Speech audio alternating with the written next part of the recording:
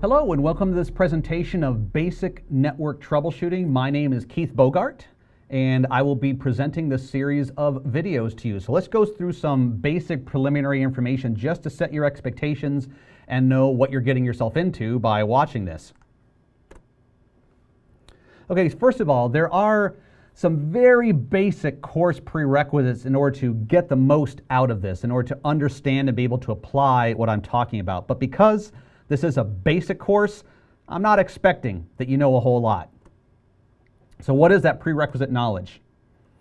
Well, really, I'm just basically assuming that number one, you have a computer, you have a laptop, and you know how to turn it on.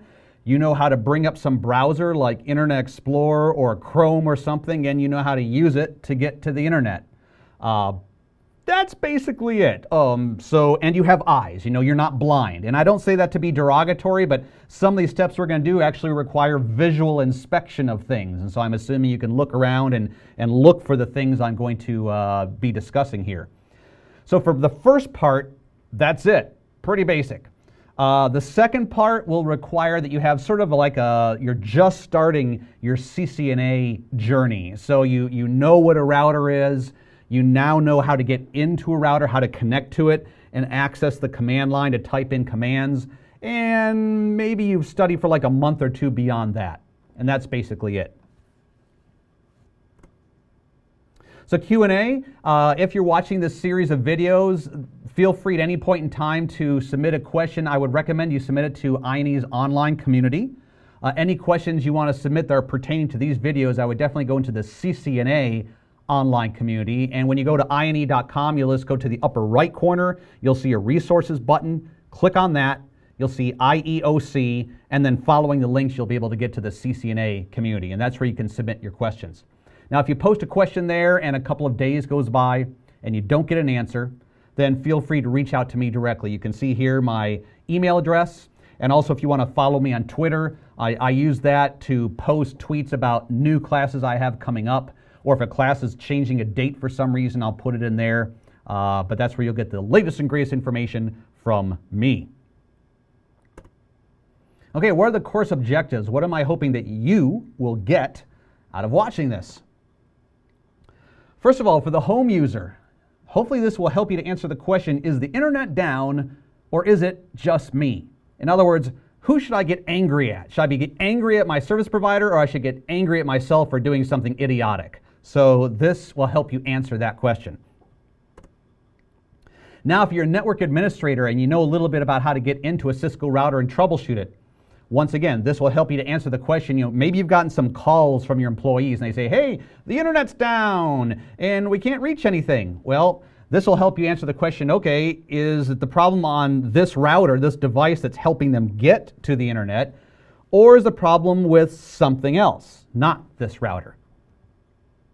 Now, this term here, default gateway, haven't talked about that yet. So for some of you, that term might be foreign, might not understand it, but I will get to that. I'll describe what that is.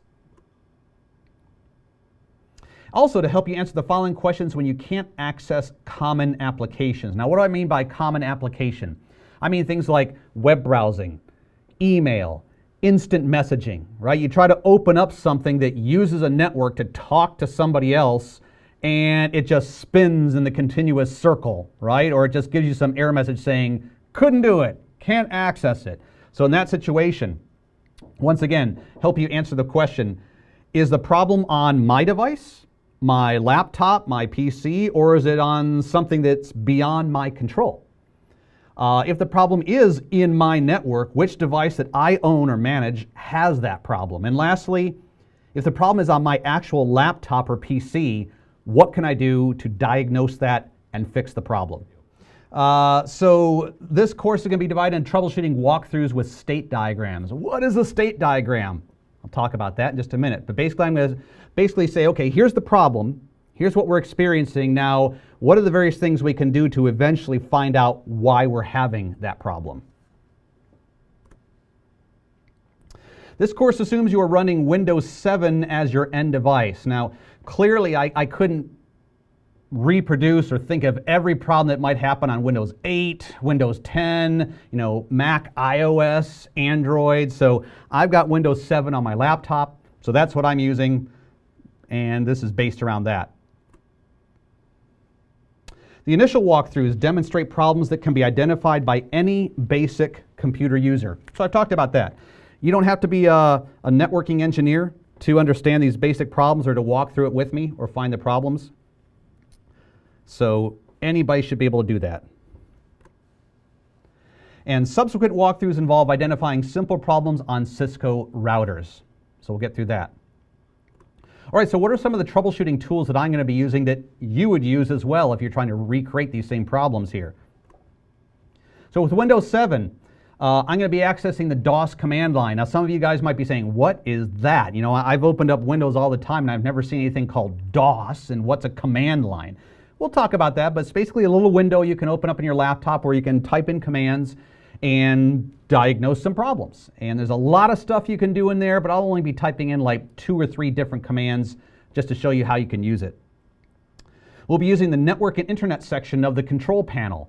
You may not have ever opened up the control panel before, so I'll show you how to do that and how to go to the network and internet section and what to look for in there.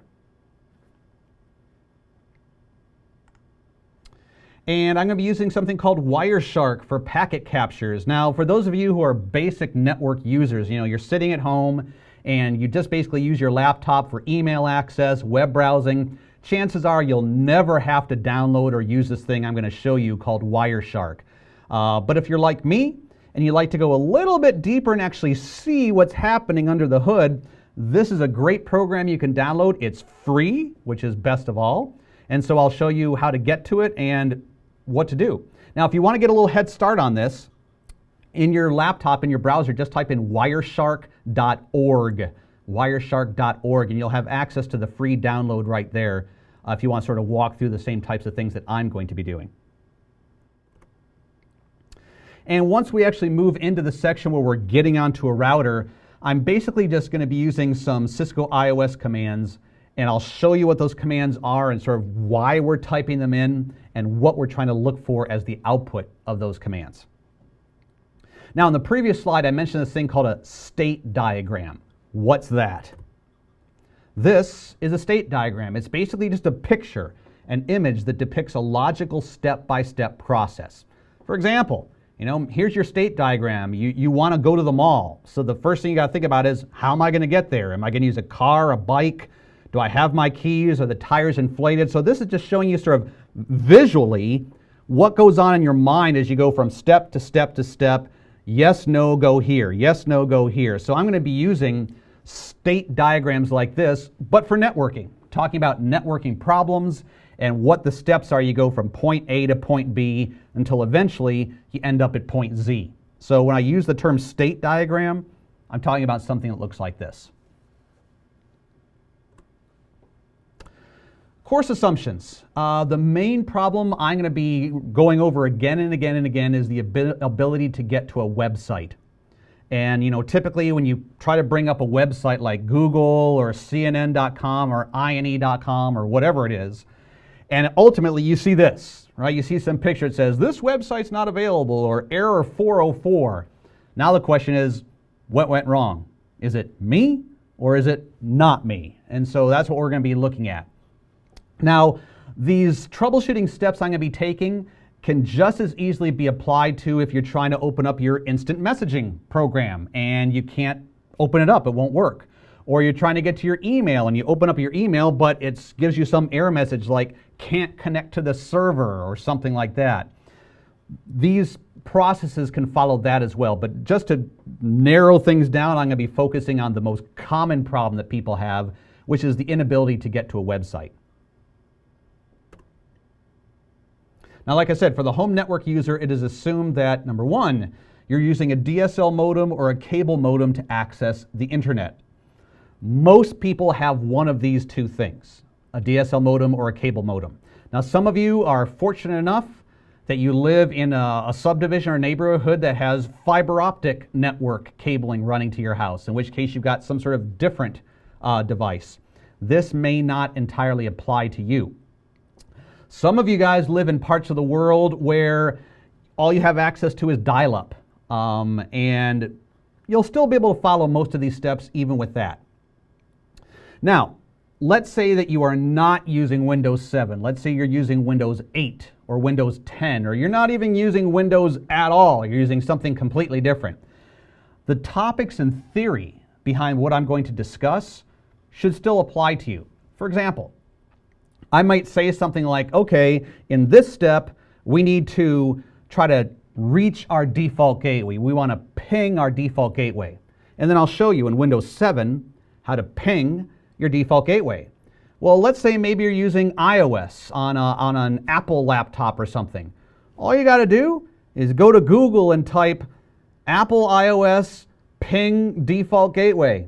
And then you'll be able to bring up whatever the command is in iOS to do the same thing that I'm showing you in Windows.